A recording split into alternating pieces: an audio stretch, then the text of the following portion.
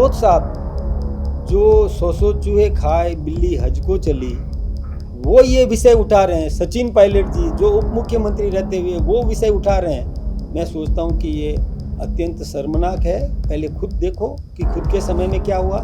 भजन लाल जी के राज में कोई पेपर लीक नहीं हुआ। देखिए, सत्ता और संगठन साथ में बैठे हैं। सत्ता में हमारे माननीय सांसद महोदय। अर्थ अभी भी आपके शहर विधायक कहाँ हैं?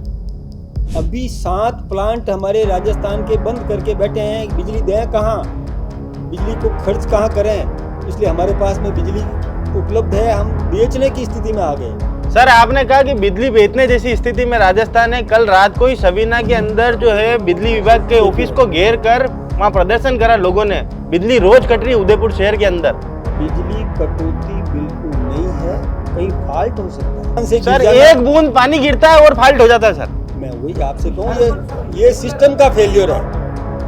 ये सिस्टम का फेल्योर है। कांग्रेस के समय में पुलिस मार खा के आती थी, हमने पुलिस को साधन दिए हैं। महिला पुलिसकर्मी को स्कूटी तक दिया है। साइबर क्राइम के प्रति हमने एक्टिव किया है।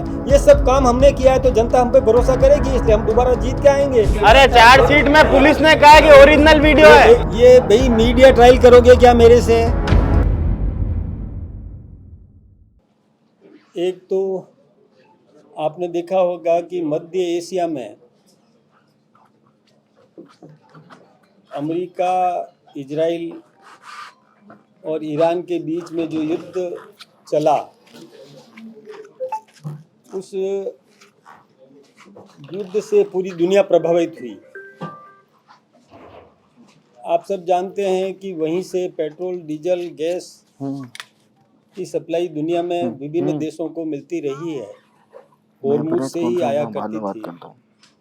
और उन परिस्थितियों में भी जब दुनिया में अनेक देशों में भयावह स्थिति थी, विकराल स्थिति थी, अफरा तफरी की स्थिति थी, उन सब के बावजूद हमारे देश के प्रधानमंत्री आदरणीय नरेंद्र मोदी जी ने बड़ी सावधानी से, रणनीतिक कौशल से और अपनी आपसी समन्वय तालमेल के आधार पर और हमारे यहाँ पर आपूर्ति सुनिश्चित कराई। और अभी युद्ध तो शांत हुआ, लेकिन फिर भी कभी भी स्थितियाँ कैसी भी बन सकती है, इसकी संभावनाएं भी आज उसे नकार नहीं सकते। कभी भी ऐसी स्थिति आ सकती है। और इस समय हमारे देश के प्रधानमंत्री जी ने आह्वान किया आम नागरिकों का कि आप अपना व्यवस्थित जीवन जिएं, संयमित व्यवस्थाएं बना करके रखें, व्यर्थ किसी भी प्रकार का ऐसा कार्य नहीं करें कि जिससे पेट्रोल की फालतू खपत हो, डीजल की फालतू खपत हो, गैस की फालतू खपत हो। इसको तो करना नहीं चाहिए संयमित रूप से, लेकिन किसी की आवश्यकता में कोई कटौती नहीं होगी। किसी को किसी प्रकार की समस्या नहीं आने दी जाएगी, ये मोदी की गारंटी है, ये सुनिश्चित है। लेकिन व्यवस्थित तरीके से जीवन जिए हैं। ऐसे कुछ 7-8 बिंदु हम सबको दिए हैं। तो ये एक बहुत अच्छी बात है कि देश को संयमित जीवन, व्यवस्थित जीवन, अपनी आवश्यकताओं की पूर्ति पूरी, किसी प्रकार की मतलब कमी नहीं रहने दी जाएगी, ये सुनिश्चित करने का काम किया। इसके लिए हम प्रधानमंत्री जी का बहुत बहुत धन्यवाद देना चाहेंगे। दूसरा, हमारे राजस्थान के सम्मानीय मुख्यमंत्री आदरणीय भजन लाल जी शर्मा ने ये प्रयास किया कि हिंदुस्तान सरकार ने जो योजनाएं दी है और राज्य सरकार ने जो योजनाएं दी है, उनका लाभ आम नागरिकों को मिले, ज़रूरतमंद को मिले। हम चाहते हैं कि इस राजस्थान का प्रत्येक व्यक्ति समृद्ध बने, कोई अभाव में नहीं रहे। अंतिम छोर के व्यक्ति को भी वो सब सुविधाएं मिलना चाहिए जो और संपन्न व्यक्ति को मिला करती है। यानी प्रत्येक व्यक्ति आत्मनिर्भर बने, अपने पैरों पर खड़ा हो, स्वाभिमान संपन्न अपना जीवन जिए। उसकी कमियों की पूर्ति करने के लिए राज्य सरकार कमर कस करके तैयार खड़ी है। इसके लिए उन्होंने प्रत्येक विधानसभा में रथ भेजे हैं। उस रथ में सरकारी अधिकारी, कर्मचारी भी हैं और ये जो जागरूक नागरिक है उनका भी आह्वान किया, जनप्रतिनिधियों का भी आह्वान किया कि जनप्रतिनिधि भी उस रथ के अंदर जो बुकलेट्स है जिनमें योजनाओं का वर्णन किया गया है, उसमें कई और चित्र है जिसमें बताया गया है कि किसको किस प्रकार का लाभ दिया जा सकता है। वो सब जानकारी जनता को देने के लिए विभिन्न विधानसभाओं में वो रथ जा रहे हैं और आम जनप्रतिनिधि वो राजनीति से हटकर साथ में जुड़कर उन योजनाओं का लाभ जनता में चिन्हित करके कि किसको दिया जा सकता है। जिस प्रकार से कोई प्रधानमंत्री आवास योजना का लाभ किसको मिल सकता है, तो नाम जुड़वाने का काम करे। किसी के घर में शौचालय का निर्माण नहीं हुआ, उसका नाम जुड़वाने का काम करे। किसी को खाद्य सामग्री का उसमें नाम जुड़वाने का है तो उसको जुड़वाने का काम करे। कहीं पर किसी प्रकार का अभाव है तो उसकी पूर्ति करने का काम करे। किसी को प्रधानमंत्री मुद्रा योजना से लाभ दिलवाया जा सकता है, कोई कुटीर उद्योग लगाना चाहे तो उसको किस प्रकार से लाभान्वित किया जा सकता है, वो उसका प्रयास चल रहा है। कुटीर उद्योग लगाए, मुद्रा योजना ले, बैंकों से ऋण दिलाना है ताकि वो एक आम व्यक्ति भी समृद्ध हो सके, अपने पैरों पर खड़ा हो सके। इसके अलावा भी किसान को भी प्रेरित करने का काम उसमें है कि किसान अपनी भूमि की जांच करवा कर उसका सर्टिफिकेट ले ले, किस प्रकार का बीज बोना चाहिए, किस प्रकार का उसमें खाद डालना चाहिए, कैसे जैविक कृषि हो सकती है, कैसे और खेती हो सकती है, उसमें फलदार पौधे लगाना, फूलदार लगाना, कोई औषधि लगाना या खाद्य सामग्री उगाना, ये सब किसान को प्रेरित करने का काम किया। किसान को और किस प्रकार से हम समृद्ध कर सकते हैं उसकी योजनाएं भी उसमें है। उसमें मजदूर को कैसे मजबूत किया जा सकता है उसकी योजनाएं हैं। मजदूर का पहले पीएफ कट जाता था और मजदूर नौकरी छोड़ के दूसरे स्थान पे जाता था तो उसका पैसा डूब जाता था। प्रधानमंत्री जी ने ये कोशिश की कि एक मजदूर का एक अकाउंट रहेगा और वो अकाउंट उसके साथ चलेगा, भले ही वो 10 जगह नौकरी छोड़ के जाए, अकाउंट उसका जिंदा रहेगा और वही अकाउंट चलेगा तो उसका पैसा डूबेगा नहीं, उसका पैसा उसको मिलेगा। ये व्यवस्था की कि मजदूर भी मजबूत होना चाहिए, किसान भी समृद्ध होना चाहिए और इंडस्ट्रियलाइजेशन भी करने का काम किया कि किस प्रकार से औद्योगिक विकास, एक उद्योग लगता है तो उस उद्योग से कई लोगों को रोजगार मिलता है। और विशेष रूप से अपने इस पर्वतीय क्षेत्र के अंदर तो पर्यटन को भी विकसित करने का काम किया है। एक पर्यटन के यदि विकसित होता है तो पर्यटक आएगा तो वहाँ की टैक्सी चलेगी, वहाँ की होटल चलेगी, वहाँ के ढाबे चलेंगे, वहाँ की चाय की केबिन चलेगी और वहाँ की दुकानें चलेगी, तो रोज़गार इस इलाके में प्राप्त होगा। ऐसे प्रयास हमारे राजस्थान के मुख्यमंत्री भजन लाल जी शर्मा भी कर रहे हैं। वो इंडस्ट्रियलाइजेशन करना चाहते हैं ताकि प्रॉस्पेरिटी बढ़े, अपने इलाके में संपन्नता बढ़े। इसके निमित्त प्रयास चल रहे हैं। मैं आप मीडिया के माध्यम से भी ये चाहूँगा कि आम ये जो अभी प्रयास चल रहा है सरकार का, उसमें आप भी सहभागी बने, अपना योगदान दें ताकि अंतिम छोर के व्यक्ति को भी हम समृद्ध कर सकें, उसको मजबूत कर सकें, इस दिशा में हम कुछ अच्छा काम कर सकें। दूसरा, ऐसे समय में कई लोग इस प्रकार का प्रयास कर रहे हैं जो उकसाना चाहते हैं, जनता को भड़काना चाहते हैं। तो मैं मीडिया से ये निवेदन करना चाहूँगा कि आप भी लोकतंत्र का चौथा स्तंभ है। विधायिका, कार्यपालिका, न्यायपालिका के बाद में आपका बहुत बड़ा एक आधार है जो समाज को जागृत करने में अपनी बहुत बड़ी भूमिका निभा सकता है। इसलिए मैं आपसे भी यही प्रार्थना करना चाहूँगा कि जो प्रधानमंत्री जी ने कहा कि संयमित जीवन जिएं, अपनी पूरी आवश्यकताएं पूरी करें, लेकिन व्यर्थ में कहीं पर भी और ऐसा काम नहीं करें कि जिसकी आवश्यकता नहीं है। अनावश्यक रूप से कोई भी ऐसा कदम नहीं उठाएं। तो इसमें भी मैं सोचता हूं कि विपक्ष भले ही विरोध करता है, लेकिन सकारात्मक भूमिका विपक्ष को निभाना चाहिए, वो नहीं निभा पा रहा है। आपसे मैं अपेक्षा करता हूं कि आप जागरूक हैं, सकारात्मक हैं, समझ रखते हैं और समझ समाज को देना चाहते हैं। इसलिए मुझे आप सबसे यही निवेदन करना था। मैं फिर से निवेदन करूंगा कि हमारी सरकार की जो योजनाएं हैं उनको पूरा करवाना, उनका आम नागरिकों को लाभ दिलवाना, इसमें भी भूमिका निभाएं, क्योंकि जनप्रतिनिधि, कार्यकर्ता, अधिकारी सभी मिल करके और हम समृद्ध करना चाहते हैं, आत्मनिर्भर भारत बनाना चाहते हैं, स्वाभिमान संपन्न भारत बनाना चाहते हैं। और मुझे आपसे यही निवेदन करना था। इसके लिए आपको तकलीफ दी, आपका बहुत बहुत अभिनंदन, धन्यवाद। नीट परीक्षा रद्द करनी पड़ी है अभी, नीट परीक्षा का पेपर लीक हो गया और रद्द करना। हाँ, ये जानकारी मुझे भी मिली थी, कल सोशल मीडिया के माध्यम से मिली थी, लेकिन एनटीए ने वो परीक्षाएं रद्द कर दी है और फिर से परीक्षा देने के लिए, और कि उस विद्यार्थी को कोई फीस नहीं भरनी पड़ेगी, उस विद्यार्थी को और कोई आवेदन नहीं करना है। वही विद्यार्थी जिसने अभी परीक्षा दी है वो फिर से परीक्षा देगा, नया पेपर आएगा, उसकी सूचना उसको अपने आप मिल जाएगी, केंद्र भी वही रहेंगे। ये कोई केरल से, मुझे ऐसी सूचना मिली है कि पहले कोई केरल से लीक हुआ, लेकिन ये जांच का विषय है, उसको और जांच एजेंसी को, जो कि प्रतिष्ठित जांच एजेंसी है, उसको दे दिया है।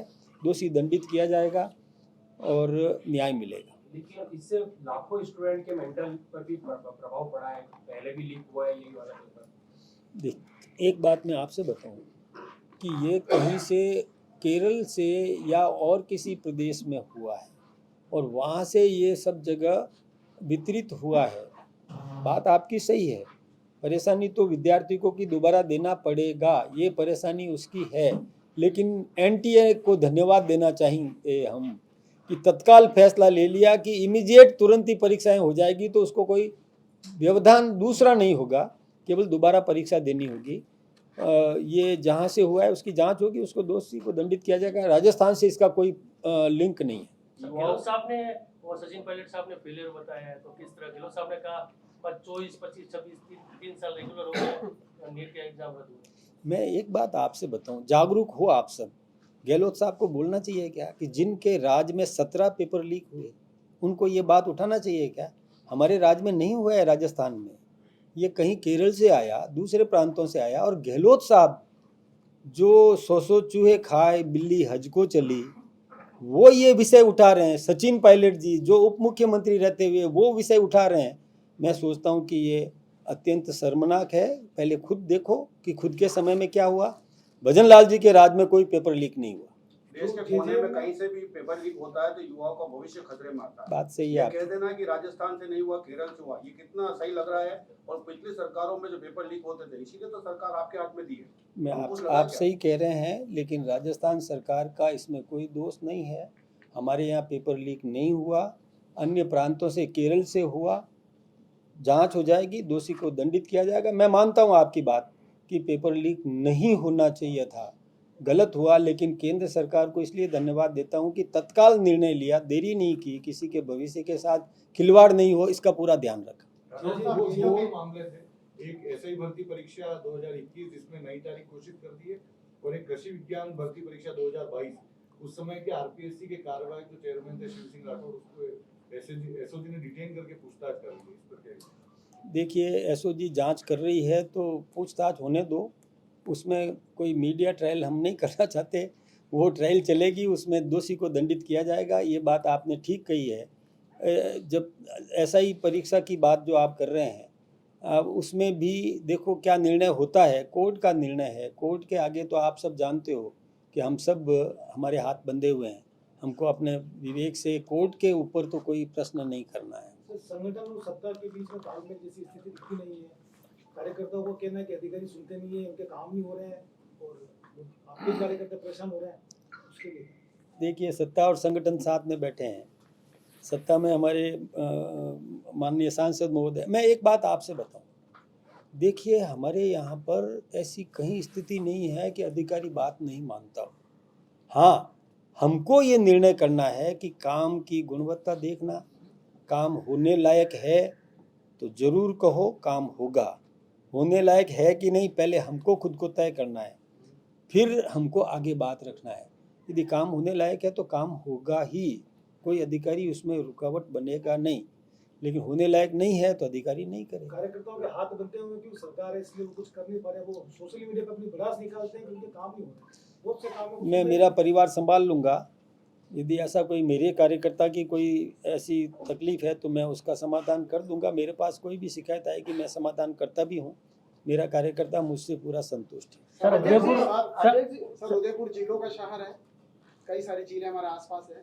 आज दिन तक वसुंधरा जी के समय में भी प्रश्न उठाया गया था, पर आज दिन तक झील विकास प्राधिकरण उदयपुर को नहीं मिला। झील विकास प्राधिकरण की बात सरकारी स्तर पर विचाराधीन है और उस पर जल्दी से कोई सरकार फैसला करेगी। भाजपा एक अनुशासित पार्टी है, लेकिन उदयपुर में लगातार अनुशासनहीनता और बयानबाजी देखी जा रही है, इसे आप कैसे देखते हैं? क्योंकि आप एक प्रदेश का मुखिया हैं, और दूसरी ओर एक दूसरा सवाल ये था कि जिस तरह से पार्टी के मुखिया उदयपुर में है, लेकिन यहाँ भी एक तरह से गुटबाजी दिखी जा रही है कि एक दूरी बना रखी है, किस तरह से क्या देखते हैं सर? मुझे समाचार पत्रों के माध्यम से ये पता चला था तो मैंने उस पर संज्ञान लिया है और अब आज के बाद आपको किसी भी प्रकार की ऐसी सूचना नहीं मिलेगी। क्या संज्ञान लिया? नहीं मिलेगी, मैंने उसका समाधान कर दिया है, विशेष हम क्या कर संज्ञान? क्या सर लिया इसमें? हमने अपने परिवार को संभाल लिया। नहीं तो आप सर जो असंतुष्ट एक गुट मिनट, एक प्रधानमंत्री ने अभी जो घोषणा की है 2 दिन से अपील कर रहे हैं, एक तो सोना नहीं खरीदे, वही मैंने निवेदन किया सवाल ये था। है कि इंदिरा गांधी ने भी इस तरह की अपील की वो कि वो अपील प्रधानमंत्री अब कर रहे हैं, जबकि 5 राज्यों के इलेक्शन निकल चुके हैं। इतना जो लॉस हुआ, ये अपील तो पहले भी हो सकती थी, इंदिरा गांधी ने शुरू की थी। मैं एक निवेदन करूँगा, उन्होंने कहा संयमित जीवन जिए, अपनी आवश्यकताओं की पूर्ति जरूर करें, व्यर्थ एक्सपेंसेस नहीं बढ़ाएं। इसमें मैं सोचता हूँ कोई गलत नहीं है। मैं एक मेरा निवेदन आप सुन लें। मुझे ऐसा लगता है और मैं सोचता हूँ कि आप सबको भी लगता होगा कि इसमें कोई गलत बात नहीं थी। आवश्यकता की पूर्ति जरूर करो, लेकिन अनावश्यक खर्च मत बढ़ाओ। ये मैं सोचता हूँ कि हर परिवार का मुखिया ऐसी सलाह देता है और एक परिवार के मुखिया ने सलाह दी है, इंदिरा जी ने दी तो अच्छी बात है, कोई गलत नहीं किया उन्होंने। वही बात मैं निवेदन कर रहा हूँ। बाजार में काफी अलग सी स्थिति बनी हुई है, गुस्सा है, काफी लोग कह रहे हैं कि अगर 1 साल के लिए कोई खरीदने नहीं आता तो हमारा बिजनेस इफेक्ट होगा, इसको कैसे बैलेंस करेंगे? सोनी की बात कर रहे हो आप, ज्वेलर्स की बात कर रहे हो। देखिए, आवश्यकता तो पूर्ति करने के लिए कहा गया है। शादी होगी, जेवर गढ़ाने होंगे, सोना खरीदना होगा, खरीदो, लेकिन फालतू खरीद करके अंदर रखना उसके लिए कहा है। ऐसा नहीं है कि सोनी जी का कोई धंधा खराब कर रहे हैं, खराब नहीं करना चाहते। हाँ, व्यापारी वर्ग ने इसका विरोध जताया। सराफा जो व्यापारी है उन्होंने इसका विरोध किया है कि प्रधानमंत्री इस तरह से अपील कर रहे हैं, लेकिन कुछ व्यापारियों के हित को देखकर करें। एक बात मैं फिर से निवेदन कर रहा हूँ, आवश्यक है सभी काम करो, कोई रुकावट नहीं है। आप अपनी ज़रूरतें पूरी करो, उसमें कोई कटौती मत करो, लेकिन अनावश्यक वो यदि कोई करता है तो उस पर रोकने की बात है। रोकना नहीं है, सलाह है, ये सलाह है, ये रोक नहीं है। ये एक सेकंड मैं ये क्लियर कर दूं, कोई प्रतिबंध नहीं है, ये एक सलाह है। इसको परिवार के मुखिया की सलाह है, सलाह मानो, रोक नहीं है कि आपने खरीद लिया तो कोई दंडित नहीं किया जाएंगे। ठीक है ना? अब आप पूछिए। राजस्थान की जनता में रोष है, चुनाव नहीं हो रहे लंबे समय से, अधिकारी वर्ग हावी होता जा रहा है, इसको लेकर आपकी क्या सोच है? मैं एक बात सोचता हूँ साहब कि जैसे देश के प्रधानमंत्री जी ने कहा कि 1 नेशन 1 इलेक्शन, इसका मतलब है कि एक बार चुनाव हो जाए, उसके बाद 4.5 साल तक, 4.5 साल तक केवल विकास और विकास करो। जैसे अभी पश्चिमी बंगाल में चुनाव हुआ, अधिकारियों को लगा दिया तो पेन डाउन हो गया। अधिकारी कहेगा साहब मेरी ड्यूटी वहाँ लगी हुई है, मैं काम नहीं कर सकूंगा, वापस आऊँगा तब करूँगा। राजनेता भी वहाँ चला गया, सारे पार्टियों के राजनेता भी वहाँ चले गए प्रचार के लिए, तो नेता भी उपलब्ध, अधिकारी मंत्री भी उपलब्ध नहीं रहता है और कार्यकर्ता भी चले जाते हैं, तो ये पेन डाउन टाइप का काम हो जाता है। इसलिए 1 साल में चुनाव करवा लो और फिर 4.5 साल, 4 साल, 4.5 साल तक जम के विकास करो, ताकि विकास के लिए मतलब हर चुनाव मोदी जी के नाम पर जीतना चाहते हैं। मैं पूरी बात कर देता हूँ, मेरी बात पूरी सुन लो जी। ऐसे ही हम राजस्थान में 1 स्टेट 1 इलेक्शन करना चाहते हैं। तो जिनका कार्यकाल फरवरी मार्च में पूरा हुआ उसको कुछ समय आगे बढ़ा रहे हैं, जिसका दिसंबर में पूरा होने वाला है उसको कुछ पहले हम रिटायर कर देंगे और एक साथ चुनाव करवाएंगे, ताकि 1 स्टेट 1 इलेक्शन हो सके। एक बार चुनाव कर लो, फिर जम करके विकास करो, इलाके में विकास करो। ये हमारी सोच है, उसी आधार पर हम चलना चाहते हैं। मैं सोचता हूँ किसी को कोई तकलीफ नहीं है, आसानी से ये सब हो जाएगा। और एक बार चुनाव करो, फिर जम करके सारी मशीनरी लगे विकास में। ताकि देश का, राजस्थान का हम विकास कर सकें। चुनाव के बाद 2026 में हो जाएंगे, निकाय चुनाव 2026 में हो जाएंगे। जी हो जाएंगे। गोविंद सिंह डोटासरा की ये कहना है कि बीजेपी ने अंदरूनी सर्वे कराया जिसमें कि निकाय चुनाव में बुरी तरह से उनको हार का सामना करना पड़ेगा और इसी कारण से बीजेपी और सरकार जो है, प्रदेश सरकार मिलकर चुनाव नहीं कराना चाहती। मैं आपके माध्यम से डोटासरा जी को कहना चाहता हूँ कि अभी 73 चुनाव हुए, उपचुनाव राजस्थान में, स्थानीय निकाय और पंचायत समिति के, जिसमें से 63 चुनाव हमने जीते हैं। 10 कांग्रेस जीती है, 63 हमने जीते हैं। इसलिए हमने धूल चटाई है उनको, इसलिए वो ये अपनी पीठ थपथपाने का काम नहीं करें। लेकिन सर, राजस्थान में जो परंपरा रही है कि 5 साल बीजेपी और 5 साल कांग्रेस, आप कह रहे हैं कि इस बार भी बीजेपी आएगी, तो इससे क्या जाल मुड़ी क्या है आपके पास बंगाल में जो जाल मुड़ी? देखिए, जाल मुड़ी तो आपने याद दिला दिया। मैं एक बात आपसे बताना चाहूँगा।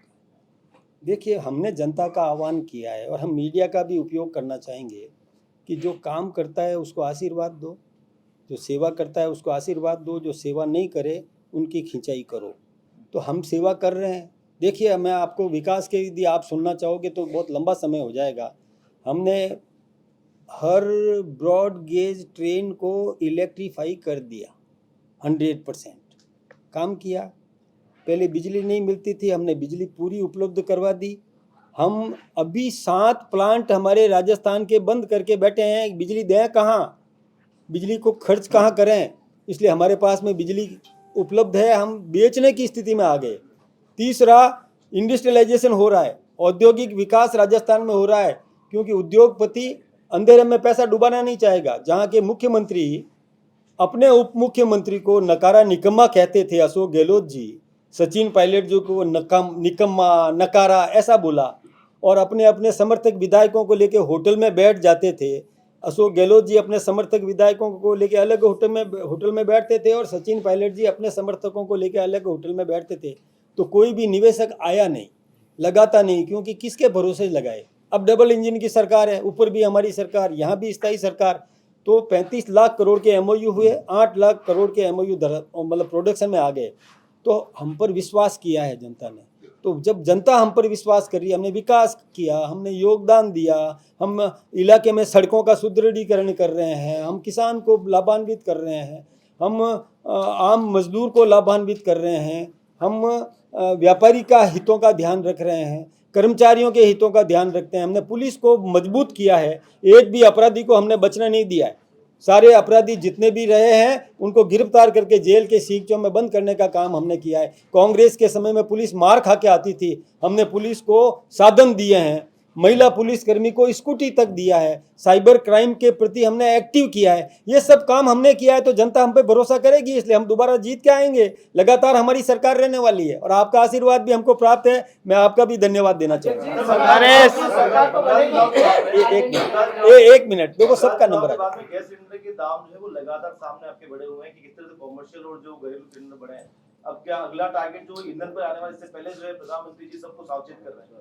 पेट्रोल डीजल के नहीं बढ़ा रहे हैं, हम नहीं बढ़ेंगे। अध्यक्ष जी, भाजपा सरकार तो बनेगी ठीक है, लेकिन उदयपुर भाजपा में चिट्ठी युद्ध और एक दूसरे के ऊपर आरोप प्रत्यारोप लग रहे हैं।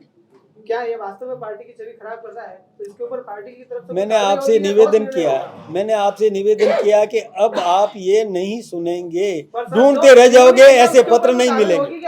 अरे तो अभी भी आपके शहर विधायक कहाँ हैं? अभी भी नहीं है। आज वो वक्फ कमेटी की मीटिंग में, वक्फ कमेटी की मीटिंग, हाँ वक्फ कमेटी की मीटिंग में जयपुर में है। मेरी बात हुई है, कल भी बात हुई, आज सुबह भी बात हुई, और हम सब एक हैं, कहीं चिंता मत करो। पक्की बात है? अब सुर्खियां नहीं मिलेगी आपको। उदयपुर में स्मार्ट सिटी के काम बंद। एक मिनट। पिछले 3 महीने से उदयपुर फाइल्स की चर्चा होती है और नेता प्रतिपक्ष सवाल उठाते हैं। आपकी तरफ से कोई बयान नहीं आया, पूरी कार्यकारिणी यहाँ परेशान है कि फाइल किसकी है, क्यों पार्टी को बदनाम कर रहे हैं, अखबार वाले भी लिख रहे हैं, ये कहते हैं। आप इस पर पूरा ये देखो कि कौन है इसमें, क्या है, क्या कार्रवाई करेंगे, किस तरीके? एक मैंने राज्यसभा में भाषण दिया था कि AI का बहुत उपयोग भी है और AI का दुरुपयोग भी है। आर्टिफिशियल इंटेलिजेंस का बहुत बड़ा दुरुपयोग है। आप खड़े हो, मैं आपको चलता हुआ दिखा सकता हूँ। आप यहाँ खड़े हो, मैं मेरे मोबाइल में अभी आपको चलता हुआ दिखा सकता हूँ। मैं यहाँ खड़ा हूँ, आपको मोदी जी से हाथ मिलाता हुआ दिखा सकता हूँ, आप मोदी जी से गले मिलता हुआ दिखा सकता हूँ। इसलिए कहीं पर भी किसी का चरित्र हनन करना दुर्भावना है, अच्छी बात नहीं है। सोचो समझो, न्यायप्रिय काम करो, पूरी जांच के आधार पर फैसला करो, यह बहुत आवश्यक है।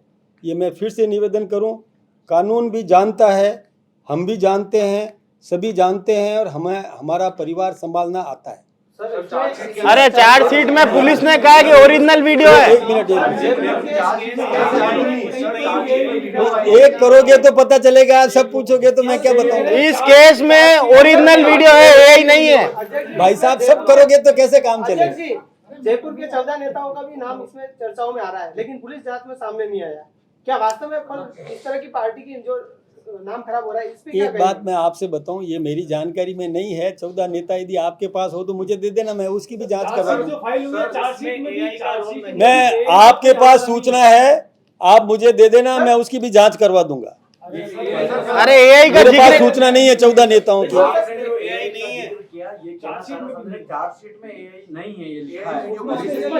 अभी रिपोर्ट आने दो। चार्जशीट आ गई ना सर,